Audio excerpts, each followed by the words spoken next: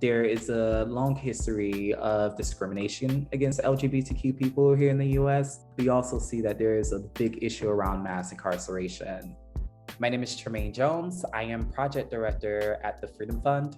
My pronouns are he and they.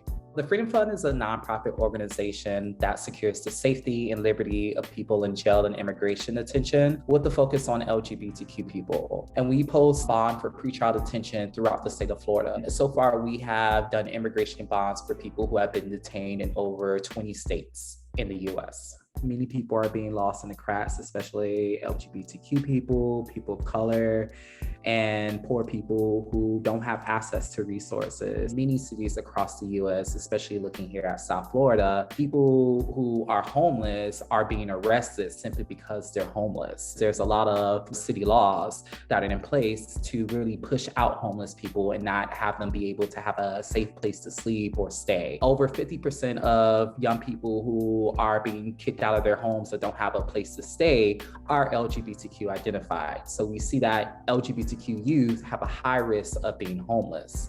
And because they have a high risk of being homeless, they have a high rate of being incarcerated because half of homeless people will be incarcerated at some point in their life. Oftentimes, most suicides occur in the first week of someone being incarcerated. And also 1 in 6 transgender people will be sexually assaulted while incarcerated. And so because of many of these factors, we see that it's really important to not only talk about how mass incarceration impacts people in this country, but really how it's impacting LGBTQ people, especially when we're talking about the intersection of people of color and LGBTQ identified people. Pride is a moment of celebration, and it's a moment of us being able to get together and really reflect on how our LGBTQ elders have really paved the way for us to even be here. It really bothers me to be in a space with police officers knowing that after this Pride event, most likely somebody's going to get arrested. Most likely my trans sisters are going to get arrested. Most likely a friend of mine is going to get arrested simply because of their gender identity, simply because of their race. And I think if police officers really want to show solidarity for the LGBTQ community, they need to ensure that LGBTQ people are being protected and served in a way that doesn't end up with somebody being killed or being incarcerated. I just think that there are other ways to show fellowship and allyship to the LGBTQ community without having people in uniforms and with guns on their side. For folks who want to be an ally or accomplice to LGBTQ people, first educate yourself. There's too much resources out there for you to be ignorant on issues and expect for LGBTQ people to educate you, right?